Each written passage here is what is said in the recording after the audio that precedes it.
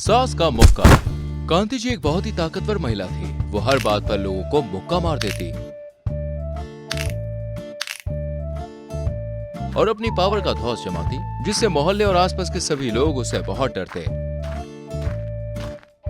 वहीं उनका मुक्का भी ऐसा कि लोगों की घरों की दीवार तोड़ दे या लोगों के दांत तोड़ दे। एक दिन की बात है। ये सब्जी कैसे दिया भैया? काकी, आलू 40 रुपए किलो, बैंगन 30 रुपए पाव, टमाटर 60 का आधा। बड़ी लूट मचा रखी है सब्जी में। सब कल की बासी सब्जी लेके बेच रहे हो, ऊपर से इतना महंगा बता रहे हो। अरे काकी, काहे हमारा धंधा खराब कर रही हो? लेना है तो लो, नहीं तो जाओ। और ये बासी नहीं ताजी सब्जी है। सुबह सुबह मेरी दुकान खराब ना करो। तू मुझको जाने को बोल रहा है? एक सब्जी वाले की इतनी हिम्मत कि मुझे रौब दिखाए, तुझे तो मैं अभी बताती हूँ। फिर कांति सब्जी वाले के मुंह पर एक जोर का मुक्का मारती और उसकी आंख लाल हो जाती है। अगली बार याद रखना, ये 2.5 किलो का पंच है। ये सब्जी मैं फ्री में ले जा रही हूँ। अरे कैसी औरत है, एक बेचारे सब्जी वाले पर अत्याचार करके चली गई। छोड़ो दीदी, उस औरत से पंगा लेना ठीक नहीं। बहुत तेज मुक्का मारती है वो तो। फिर सब्जी वाला वहाँ से चला जाता है। वहीं अगले दिन। अरे ओ उर्मिला की बच्ची, तेरा पेटीकोट मेरे घर में क्या कर रहा है? तू ही आई होगी, चुरा कर ले गई होगी। सच सच बता, तूने मेरे पीठ पीछे मेरे पति को फंसा कर रखा है ना? तेरा दिमाग खराब है क्या? खराब तो नहीं था, अब खराब हो गया है। तुझे तो मैं छोड़ूंगी नहीं। दूसरे के पति को फंसाती है? अरे मैंने किसी के पति को नहीं फंसाया, छोड़ मुझे। इस तरह दोनों में खूब झगड़ा होता है और कांति उर्मिला को खूब मुक्के मारती है। बड़ी बेशर्म बेरहम औरत है, खुद मेरा पेटीकोट चुराकर झगड़े के बहाने ढूंढती है। कांति की जबरदस्ती की ये पुरानी आदत थी। वहीं कांति के बेटे ऋषभ का चक्कर उसकी पड़ोसन नीमा से चल रहा होता है। नीमा बेटा, मैं बहुत दिन से तेरी और ऋषभ की ताका झाकी देख रही हूँ। क्या हो रहा है ये? माँ वो क्या है ना, मैं और ऋषभ एक दूसरे से बहुत प्यार करते हैं, लेकिन ऋषभ को उसकी माँ के मुक्के से बहुत डर लगता है। इसलिए हमें समझ नहीं आ रहा कि हम शादी के लिए कांति आंटी को कैसे मनाएं। डर तो मुझे भी लगता है उस चुड़ैल के मुक्के से, लेकिन बेटा अगर तू बॉक्सिंग सीखकर उस घर में जाती है तो कांति की मजाल नहीं है कि तुझसे पंगा ले। वाह माँ, ये तो मस्त आइडिया है। इसके बाद नीमा बहुत ही मेहनत करके बॉक्सिंग सीखती है और उसमें महारत हासिल करती है। फिर ऋषभ और नीमा भागकर शादी कर लेते हैं। बेटा तूने ये क्या किया? ये पड़ोसन की लड़की को मेरी बहू बना लाया। आज तो मेरे मुक्के से तुझे कोई नहीं बचा सकता। फिर जैसे ही कांति ऋषभ को मुक्का मारने जाती है, नीमा अपनी सास के हाथ पर जोर का मुक्का मारती है। नई बहू का ये रूप देखकर तो कांति की सिट्टी पिट्टी कुल हो जाती है। अगर आप मुक्केबाज हो तो मैंने मुक्केबाजी में महारत हासिल की है। आज तो आपने मेरे पति पर हाथ उठाने की भूल कर दी। आइंदा की तुम मुक्का ही तोड़ दूंगी आपका। हाँ? वहीं कल तक जो औरत शेरनी बनकर मोहल्ले में घूमा करती थी, वो बहू के आते ही भीगी बिल्ली बन जाती है। वहीं नीमा का मुक्का कांति से ज्यादा पावरफुल था। वो भारी से भारी सामान एक हाथ से उठाकर साइड में रख देती थी। ये देखकर तो कांति जी नीमा से और भी ज्यादा डरने लगती हैं। माँ जी, आपको मुझसे डरने की कोई जरूरत नहीं है। मैं तो बस इतना चाहती हूँ कि आप बेफुजूल में लोगों को परेशान न करें। जब मेरे मुक्के से आपको इतनी तकलीफ होती है तो सोचो आपके कारण लोगों को कितनी तकलीफ होती है। माफ कर दे बहू, मैं समझ गई हूँ। वैसे मोहल्ले में परसों बॉक्सिंग कंपटीशन है, पार्टिसिपेट करोगी आप? हाँ हाँ, लेकिन तेरे मुकाबले नहीं। मेरे मुकाबले क्या, आप मेरे साथ रहोगी। इसके बाद दोनों सास बहू बॉक्सिंग कंपटीशन में पार्ट लेती हैं और ऑपोजिट बॉक्सर्स के छक्के छुड़ाकर बॉक्सिंग चैंपियन बन जाती हैं। और वो रौनक के आते ही उसे अपनी ओर आकर्षित करने लगती है। मेरा चैन वैन सब। अंजलि की शादी रौनक से होती है। उसके ससुराल में सास धन्नो, ससुर गुलाबचंद और कुंवारा देवर राज होता है। अंजलि का पति रौनक से उतना प्यार नहीं करता। बेचारी अंजलि पूरा दिन रौनक को खुश करने में ही लगी रहती है, लेकिन रौनक उसे 2 मिनट का टाइम भी नहीं देता है। आज मैं hot and sexy silky nightie लेकर आई हूँ। इसमें मुझे देखकर तो रौनक एकदम फ्लैट ही हो जाएंगे। मेरी सहेली निशा ने कहा है पति को खुश करने का ये सबसे अच्छा तरीका है। अंजलि अपने रूम को सुहागरात के रूम की तरह सजाती है और वो रौनक के आते ही उसे अपनी ओर आकर्षित करने लगती है। मेरा चैन वैन सब उजड़ा, जालिम नजर हटा ले, बर्बाद हो रहे हैं जी मेरे अपने शहर वाले। ओ मेरी अंगड़ाई ना टूटे तू आजा, गजरा रे कचरा रे मेरे कारे कारे नैना। बेबी, हमारी शादी के बाद की सुहागरात की रस्म तो अधूरी रह गई थी ना, इसलिए उसे अब पूरी करते हैं। मैंने सारा सेटअप कर दिया है बेबी। अरे ये सब क्या नौटंकी लगा रखी है तुमने? तुम्हारा दिमाग खराब हो गया है क्या? मैड औरत। हाँ तो मैं बहुत थक गया हूँ, मुझे सोना है। लेकिन रौनक, मेरी बात तो सुनो। रौनक सारी सजावट बिखेर देता है और अंजलि को धक्का मारकर बेड पर सोने जाता है। अंजलि को यह सब देखकर बहुत बुरा लगता है और वो रात भर आंगन में बैठकर रोती रहती है। तभी उसके पास उसका देवर राज आता है। अरे अंजलि, क्या हुआ? तुम ठीक तो हो ना? ये लो, आंसू पोंछो अपने। थैंक यू राज, एक तुम ही हो जो हर बार मेरे दर्द को समझते हो, और वो तुम्हारा भाई, वो तो मुझसे प्यार तक नहीं करता। दरअसल राज और अंजलि दोनों एक दूसरे को पहले से ही जानते थे। दोनों एक ही कॉलेज में पढ़ते थे, बस दोनों में 2 साल का फर्क होता है। राज अंजलि का मूड फ्रेश करने के लिए उसे एक कैफे में ले जाता है। तभी वो दोनों देखते हैं कि वहाँ उस कैफे में रौनक एक लड़की के साथ कॉफी पी रहा होता है और दोनों एक दूसरे का झूठा खा पी रहे होते हैं। ये देखकर अंजलि की आंखों से आंसुओं की धारा बहने लगती है। रौनक और ये लड़की, इसका मतलब रौनक का अफेयर चल रहा है। नहीं, ऐसा नहीं हो सकता राज, ऐसा नहीं हो सकता।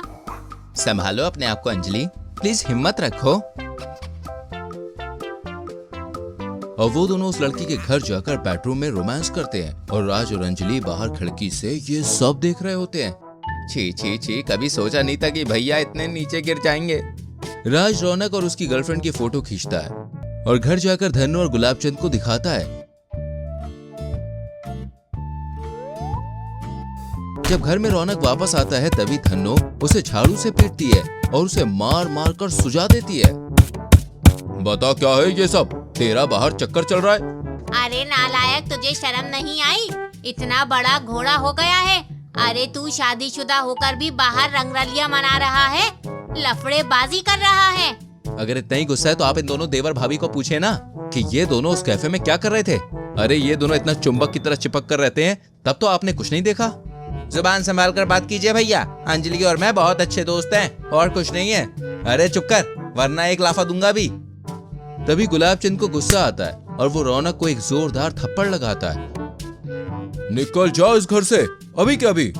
अपनी बीवी को छोड़कर दुनिया की बाकी औरतों के साथ अश्लील हरकतें करने वालों को इस घर में मैं बर्दाश्त नहीं करूंगा। तुम्हारी अब हमारी जिंदगी में कोई जगह नहीं है, जाओ।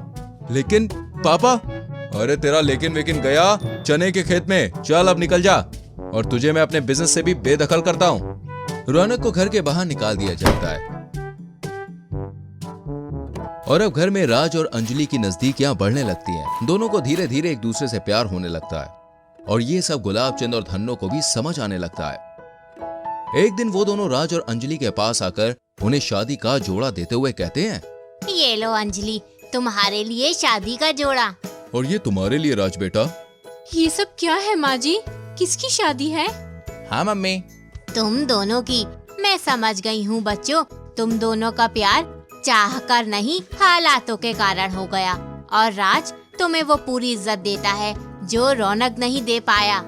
इसलिए हम दोनों तुम दोनों की शादी करवाना चाहते हैं। दुनिया जमाने की चिंता मत करो, तुम दोनों बस प्यार करो, सिर्फ और सिर्फ प्यार।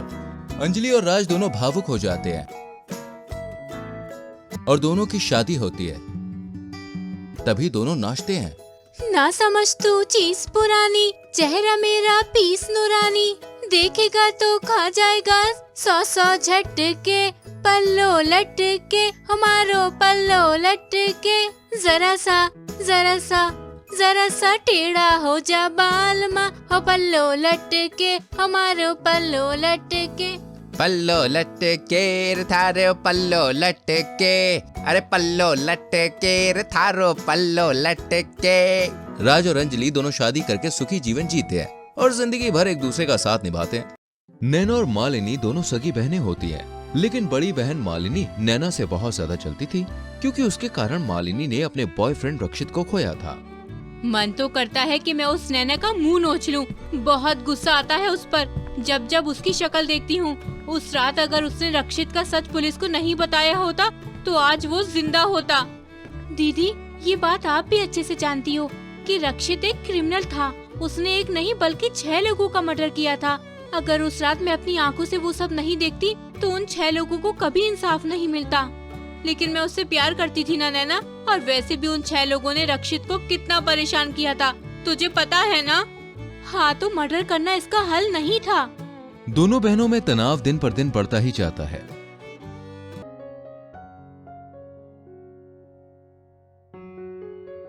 एक तरफ जहां नैना की शादी होने के बाद उसकी जिंदगी खुशियों से भर जाती है, वहीं मालिनी दुख में होती है। नैना की शादी पार्थ नाम के एक अमीर आदमी से होती है, लेकिन उसकी सास का देहांत हो चुका था और उसका ससुर अकेला था।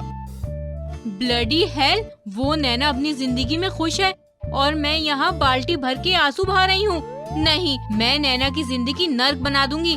मैं उसे खुश नहीं रहने दूंगी। नैना के ससुर अभिनव की ज्यादा उम्र नहीं होती। मालिनी अब अभिनव से छुप छुप के मिलने लगती है और वो उसे अपने प्यार के जाल में फंसाती है।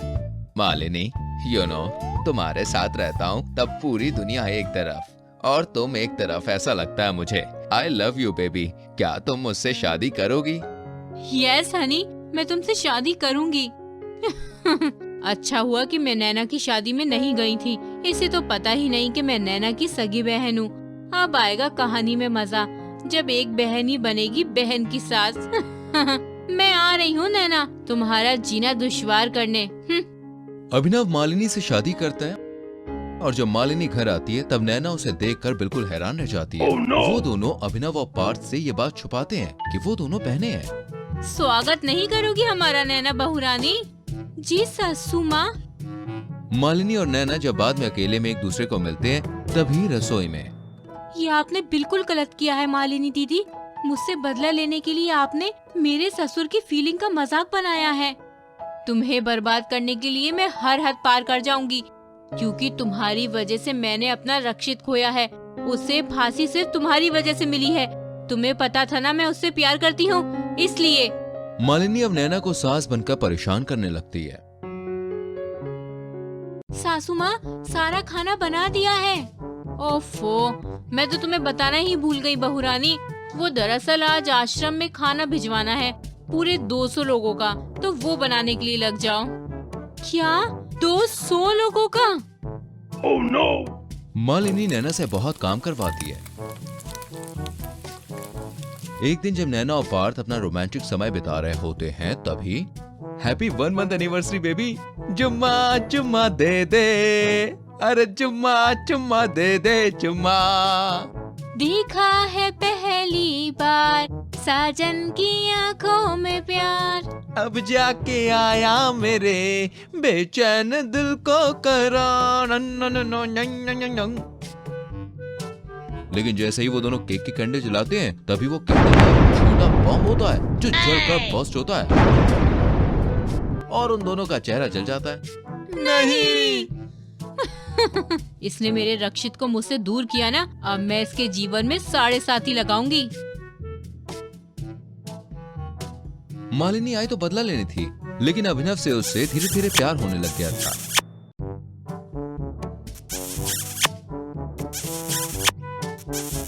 अभिनव मालिनी की देख रेख करता और इसी कारण उन दोनों में नजदीकियां बढ़ने लगती है। लेकिन मालिनी अपनी हरकतों से बाज नहीं आती। वो सीढ़ियों पर तेल फैलाती है जिसके चलते पार्थ गिर जाए, लेकिन उसकी जगह अभिनव गिर जाता है और मालिनी कुछ भी नहीं कर पाती। ओफो, ये क्या हो गया? फिर एक दिन जब पार्थ और नैना घूमने जाते हैं तभी उनका एक्सीडेंट हो जाता है और डॉक्टर कहते हैं, अभिनव जी, अब आप पार्थ के पिता हैं तो आप उन्हें खून देकर बचा सकते हैं, लेकिन नैना जी, उन्हें कौन खून देगा? उनका खून मिलना भी पॉसिबल नहीं है और उन्हें अगर अगले आधे घंटे में खून नहीं मिला तो उनकी जान भी जा सकती है। मैं दूंगी नैना को खून, क्योंकि मैं उसकी बहन हूँ। क्या? मालिनी अभिनव को सब कुछ बता देती है और वो अपनी बहन की जान बचाती है। नैना और पार्थ ठीक होने के बाद हॉस्पिटल रूम में। देखा ना दीदी, आखिरकार नफरत ने प्यार के सामने घुटने टेक ही दिए। हाँ नैना, मेरी छुटकी, आज जब डॉक्टर ने कहा कि तेरी जान खतरे में जा सकती है, तभी मेरी जान निकल गई थी। मैं तेरी सास बनी तो थी बदला लेने के लिए, लेकिन अब मुझे अभिनव जी से प्यार हो गया है और मुझे समझ आ गया है कि तूने जो किया था सही किया था। मालिनी अपनी बहन की सास बनकर ही सही, वो दोनों जिंदगी भर एक दूसरे के साथ हंसी खुशी रहते हैं।